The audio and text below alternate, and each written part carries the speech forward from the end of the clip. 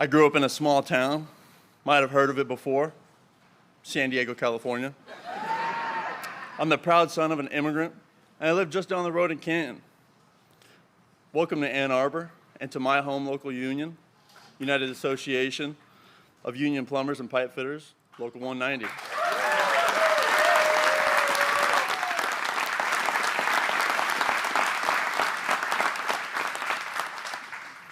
I'm a proud veteran of the United States Coast Guard. I was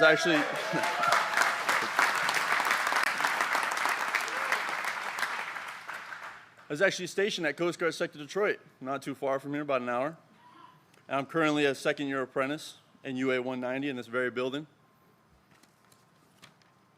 Currently a plumber working on a hospital at the University of Michigan, also just down the road. And I'm proud to live by the creed, plumbers protect the health of the nation.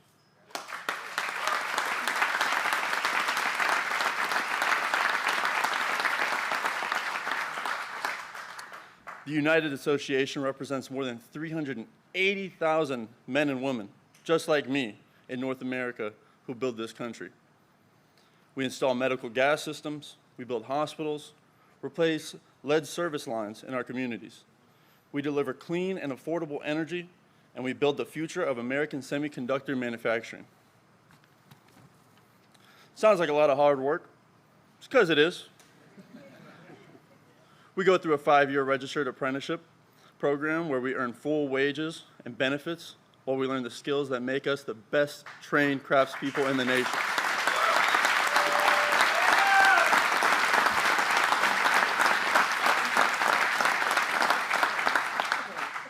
When I left the Coast Guard, I knew I wanted to do something that mattered.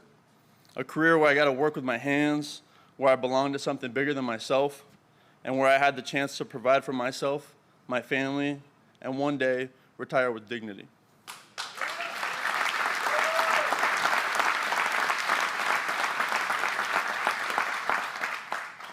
Thanks to President Joe Biden and the investments he has made in the American workers and the men and women just like me, that dream is now a reality. It is my great honor to introduce to you the most pro-worker and pro-union president in American history, President Joe Biden.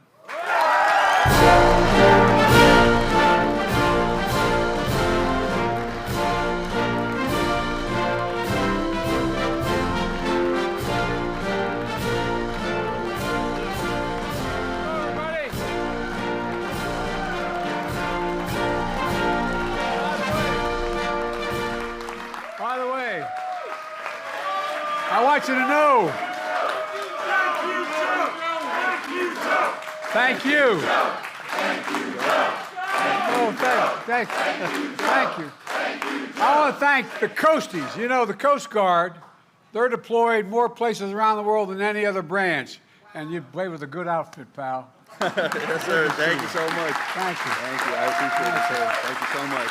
Thank you. Hello, Ann Arbor. Thanks for that introduction. You know, going from the Coast Guard to the plumbers and pipe fitters is a good move because they know how to both know how to fix. Sit down if you have seats. I said that about 8 months ago. I said, sit down. They didn't have any seats, and they said, see, he's too damn old. Look, your General President, Mark McManus. Where Mark is sitting behind me somewhere, isn't he? See, he didn't run, did he? Right over here. All right, I tease him. The Local 190 president, Dan, you're sitting next to him? Where's Dan? There he goes. Danny, you're allowed to be up with us, you know, man. You're trying to avoid us. I get it. Look, plumbers and pipe fitters have been with me since the beginning. For my whole career, I've either been too young or too old, never in between. I got elected when I was 29 years old in a right-to-work state called Delaware that we changed. And guess what? Plumbers and pipe fitters were the 4th union to ever endorsed me when I was a 29-year-old kid running for the Senate.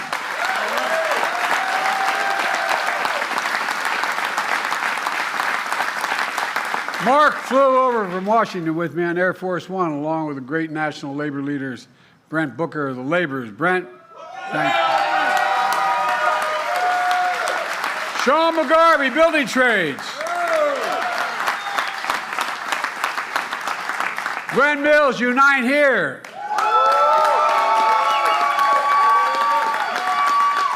There you are.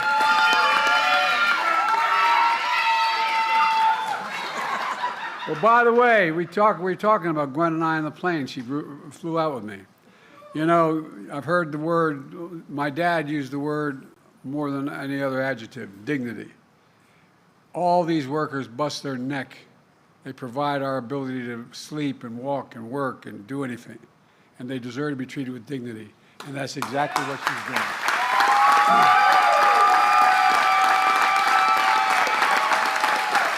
And Kenny Cooper, IBEW.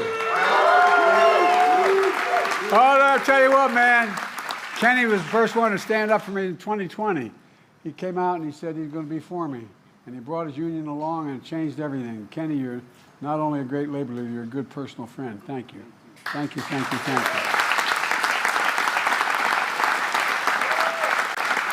And not that it matters to you, but it mattered a hell of a lot to me. The first union that ever endorsed me as a 29-year-old kid. When I got elected, I wasn't old enough to be sworn in. I had to wait 17 days to be eligible. But guess what? This guy was with an outfit called United Steelworkers. First union endorsed me. First union. I remember where they brought me in to see I.W. Abel, who was then president. And I could see him looking at the local rep from Delaware going, "Are you sure about this kid?" Well, you did it, man. Thank you. And we're going to make sure steel workers are still backbone of this country for a long, long time to come.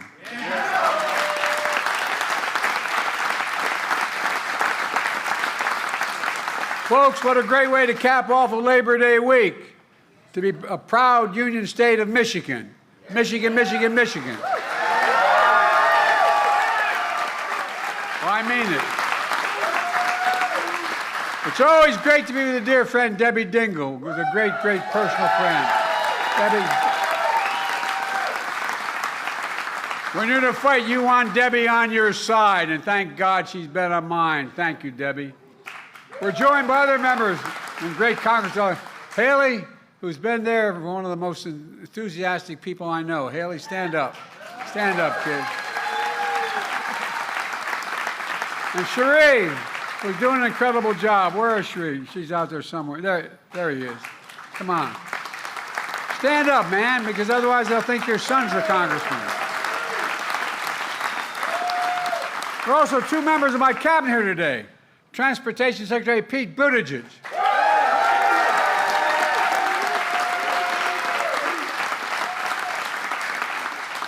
And Acting Labor Secretary Julie Su.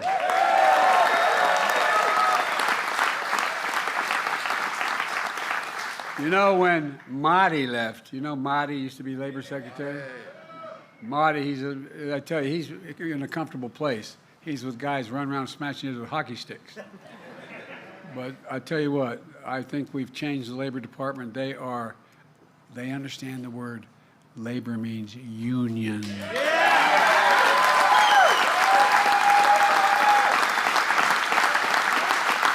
They make this administration the most pro-union administration in the history of the United States of America, period.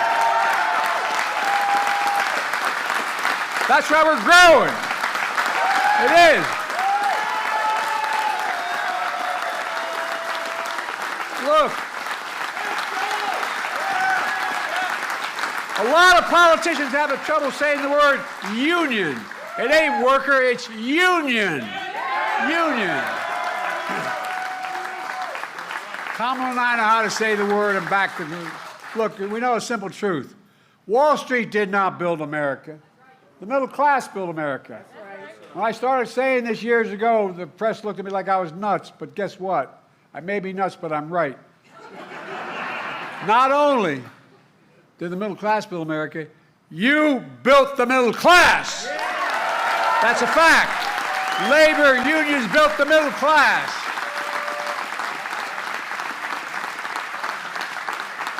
When I was vice president and became president, I got a little heat because I was so, quote, pro-union. In fact, I asked the Treasury Department to do a study and to shows that when union workers do well, every worker in America does better. Everybody does better.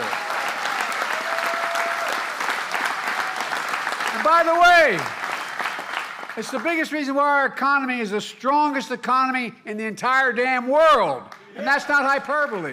That's a fact. It all comes down to something my dad taught me, and I mean it sincerely. My dad ran an automobile agency in his last 20 years, and he'd come home for dinner before he went back and shut things down. Didn't own it. He was a manager. And our dinner table was a place we had conversation and incidentally ate. And my dad had an expression. He said, Joey, a job, and I mean, give me my word to this. He said, a job is about a lot more than a paycheck.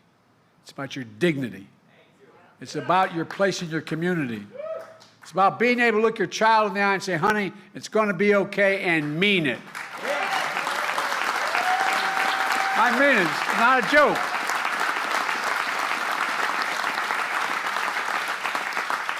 These guys in the other team don't know what the hell it's all about. They don't understand the word dignity. A good job. A job you can raise your family on. A job you can get without leaving your hometown without a college degree. I don't know how many times I've traveled across this country as a senator for 374 years. Actually, I'm only 40, but I was there 36 years. But look, I'm serious. As I travel the country, how many times did I hear, and all the rest of you hear, labor people working in other parts of the country, where, Mom, Dad, I can't stay. There's no jobs for me here. You got a job, Mom, Dad, but no place for me. How many times do people have to say that and move?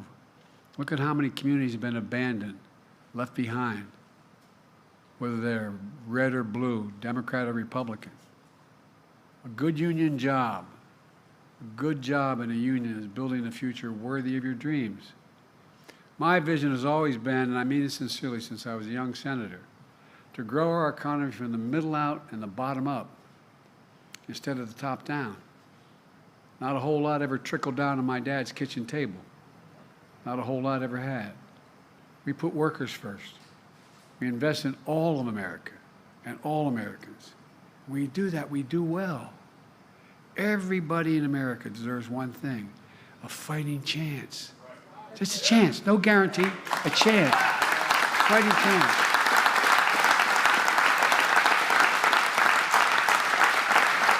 And that's why Kamala and I are so proud of our record. The greatest job creation record of any single presidential term in American history, because of you. Earlier today, we learned the economy created another 142,000 jobs last month.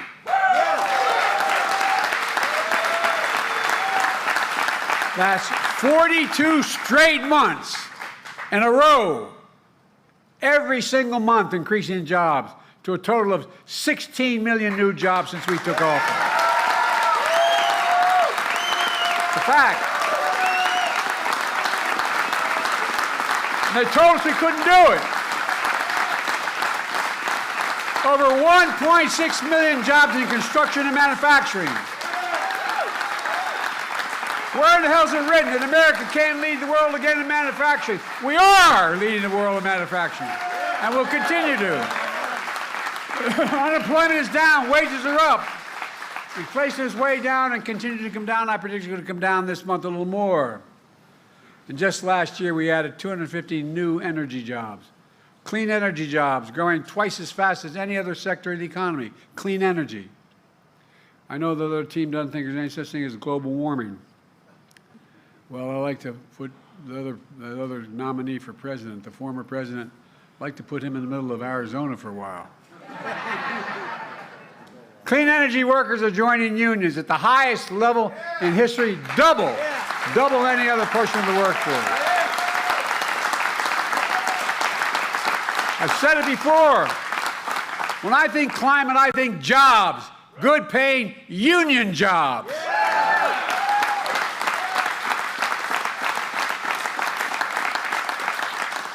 I tried for years. One of the first things I did when I became president was protecting the pensions of 1 million union workers and retirees when I signed the Butch-Lewis Act. Butch-Lewis. So far, Over 62,000 workers and retirees across Michigan are benefiting from that signing. Yes, I am. Before we acted, workers faced cuts in their pension. Now they're not only restoring the full amount of their pensions, but they're getting back pay as well.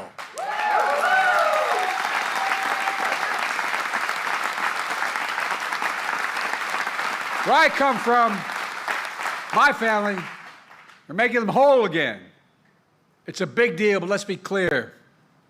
Every Democrat in the Michigan delegation voted to protect those pensions, led by Debbie and others. But hear me now. Every single Republican in your delegation voted against protecting those pensions. Every single one. No, I'm serious. Not a joke. Every one. I've been around a long time in politics. Used to be Democrats and Republicans. We'd argue like hell, but we'd work out compromises. But every one. Vice President Harris had to cast a tie-breaking vote in the United States Senate to make this pension bill real. Folks,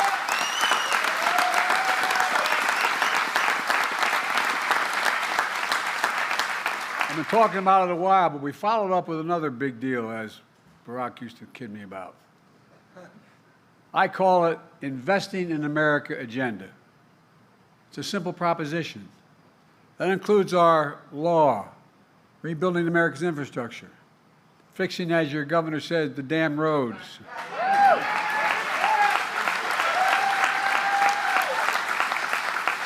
My predecessor, who's seeking office again, promised Infrastructure Week every week in the 4 years he was president. And he never built a damn thing. Not one thing. Not a joke. Not one. Well, Kamala and I have made sure Michigan receives so far, $10.9 billion for 2,000 projects so far. Roads, bridges, removing lead pipes from homes and schools, clean drinking water, delivering affordable high-speed internet to every Michigander. And the number's still growing. We're just getting started. That bill I got passed and said that Biden couldn't do it, guess what? $1.3 trillion over 10 years. And we reduced the budget at the same time. And guess what?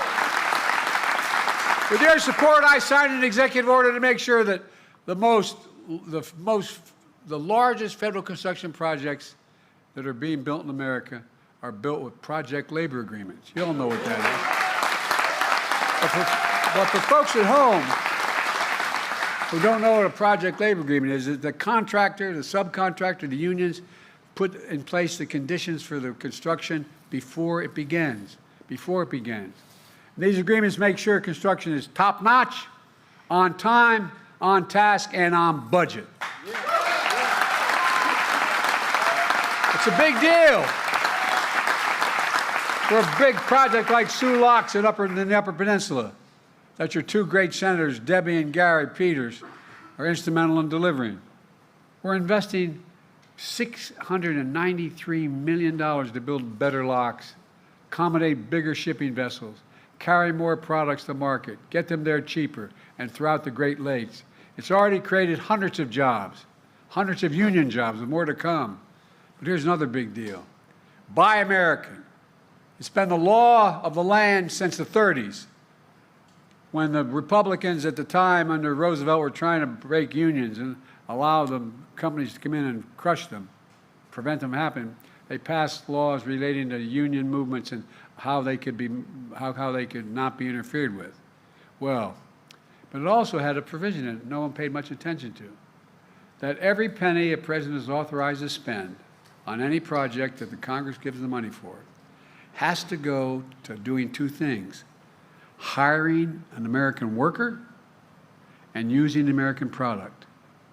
Only time you could not use an American product or an American worker is when there was one available and they didn't have the particular product. Well, guess what? It was honored in the alternative. Only about 20% of all the money we spent went to hiring union labor, forget union, hiring American labor, and using American products. Past administrations, including my predecessor, failed to buy American. You know why? They went overseas for cheaper labor. They supported companies sending, no, I'm not joking, think about it. Well, you said it better than I can. But here's the deal, they did. They sent it overseas because labor was cheaper and they'd import the product. Not anymore, not on my watch. Not on Kamala's watch either. We buy American. And we're making sure federal projects, building American roads, bridges, highways, were made with American projects, built by American workers, creating a good living and American jobs. In fact, I'm requiring many of these kinds of projects to pay Davis-Bacon prevailing wage, increasing pay for 1 million workers over time. And many of these jobs don't require a college degree. In fact, Kamala and I expanded registered apprenticeships. Remember when the company said, we'll take care of the apprenticeship program? As they say in Southern, you done good with that, didn't you? Registered apprenticeship resulting in the hiring over, just since we did it. Remember all the heat we got for doing it. Well, guess what? Hiring over 1 million apprentices since we came to office. 1 million, just since we came to office.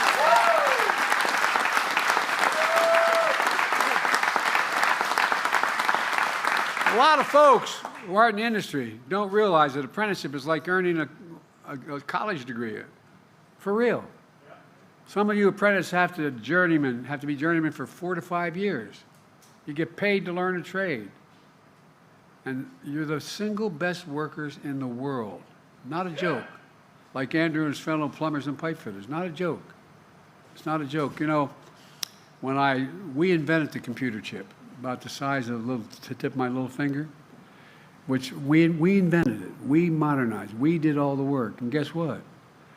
Other teams started to export them overseas because labor was cheaper to build them, make them. Well, we ended up with a situation where I decided I was going to start off. I went to, people thought, even some of my staff thought I was crazy. I said, I'm going to South Korea. And I'm going to talk to them about, because they were making a whole hell of a lot of these computer chips. And I met with Samsung. They ended up investing over $15 billion in the United States to build the fabs, first to construct the facility. A lot of work there, a lot of prevailing wage for construction work, and then the so-called fabs. They're about as big as a football field, not a joke. And they, in fact, where you actually make the computers, you don't need a college degree, and the average salary is over $102,000 a year. Well, guess what?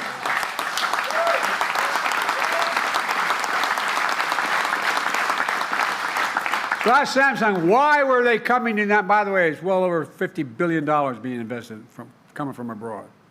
I said, why are you coming back to the United States? He said, simple reason. Not a joke. This is from the chairman of the board of Samsung. Because you have the most qualified workers in the world. No joke. That's real, not a joke.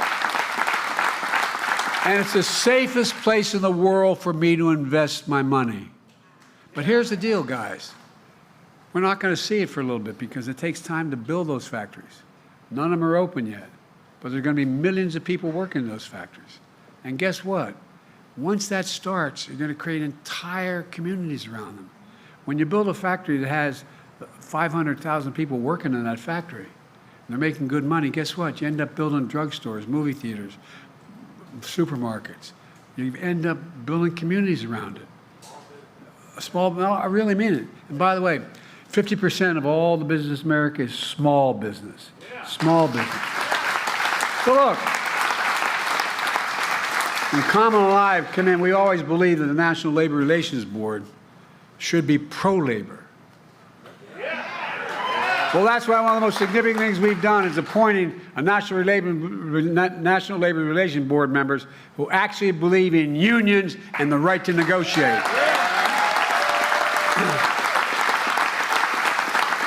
Look what's changed.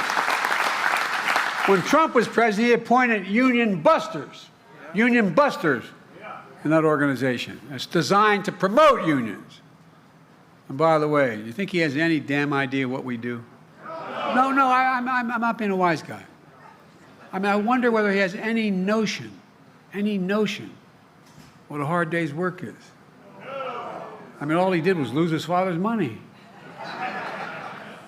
And then get in trouble and have to owe a lot of other people money. And then borrow a lot of money and give tax cuts to the super wealthy and end up with the largest debt any president's left behind in 4 years. He has an incredible record. An incredible record.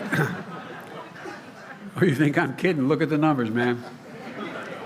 And by the way, he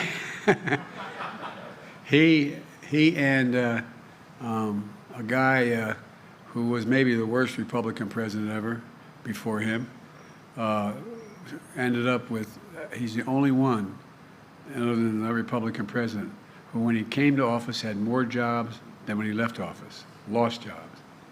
Look, Kamala and I are focused on what Michigan is known for as well, the auto industry. I got through school, my dad managing an automobile dealership. That's how I got through school. I was proud to be the first president to walk the picket line and do it with the UAW.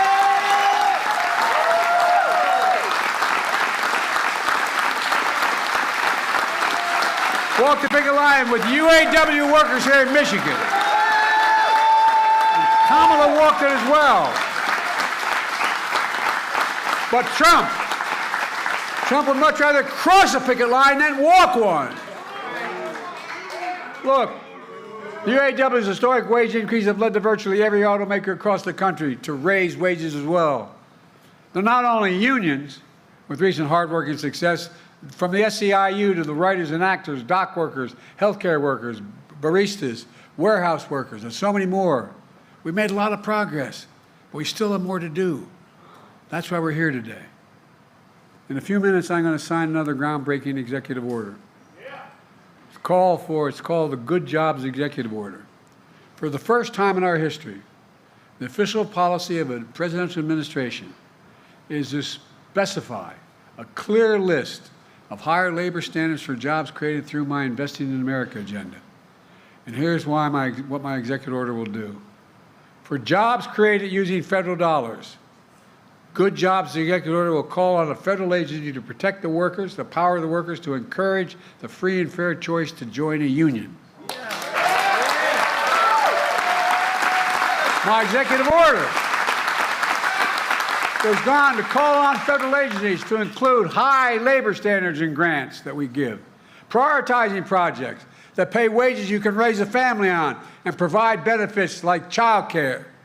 Right now, Davis-Bacon prevailing wage only applies to construction jobs, and construction jobs are booming. My executive order, though, promotes federal policies to raise wages beyond construction, all across the manufacturing sector, because manufacturing is booming. My executive order will also strengthen the pipeline to good jobs. It'll promote policies to create more registered apprenticeships, pre-apprenticeships, and other job training programs that don't require a college degree, that put young people on a pathway to getting the skills for good-paying union jobs. And finally, my Good Jobs Executive Order will level the playing field for underserved communities, ensure everyone gets a fair shot at a job. That means elevating the best practices to prevent discrimination and bias in hiring, protect the safety of workers. It all matters. Kamala and I are going to hold federal agencies accountable by creating a task force led by the Secretary of Labor, by the Director of the National Economic Council, to make sure we fully implement this new job order, create jobs executive order, excuse me. The ideas are just common sense. Economists have long believed that these good job standards produce more opportunities and better outcomes for workers and more predictable outcomes for business as well. It turned out to be a win-win situation for everyone, including business. In fact, presidents of both parties have recognized this. Prevailing wage laws date back to President Hoover. Registered apprenticeships date back to Franklin Roosevelt. But too many presidents like my predecessor have looked the other way as companies trample on the rights of workers while cashing in their big government checks. But not anymore.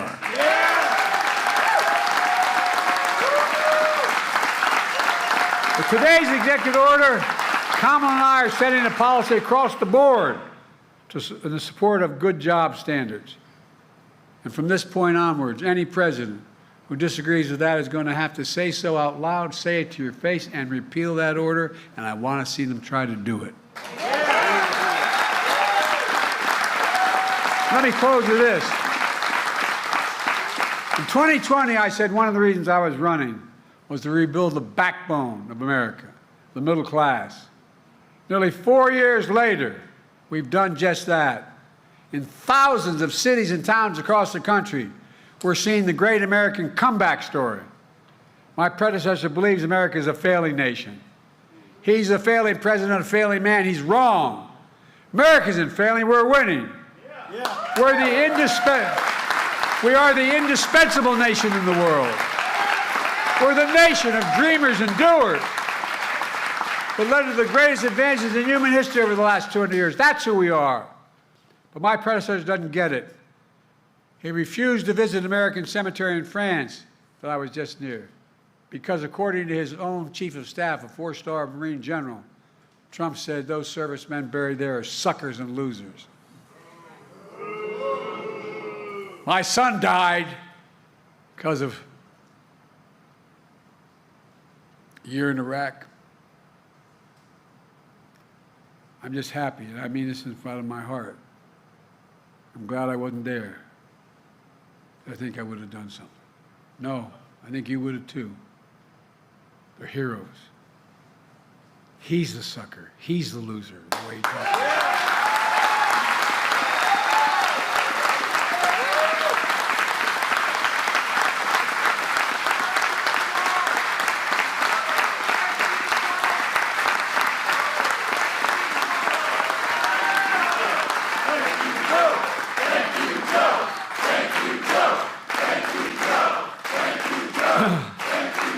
I'm sorry. I'm sorry to get emotional about that, but I miss him. He was the Attorney General of the state of Delaware and volunteered to go anyway. Our servicemen and veterans are heroes. And you, the American worker, are heroes in this comeback story. You're the reason for the comeback story. Because of you, all those who came before, we're the only nation that's always emerged every single time. Check it out. Always emerged in American history. We've always come out of a crisis stronger than we went in. Stronger than we went in. Because of you, and I mean it from the bottom of my heart, I've never been more optimistic about America's future. We just have to remember who we are. We're the United States of America. There's nothing beyond our capacity when we work together, when we fight. I'm now going to go over and sign that good jobs executive order and keep it going, guys. You're saving the country. God bless you all. God bless America.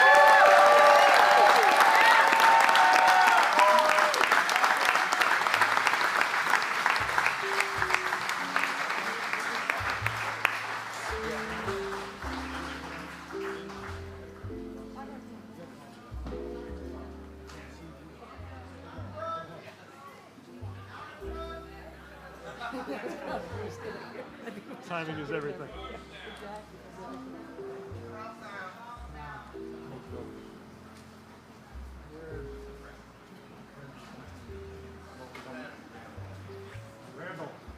Randall, Pop.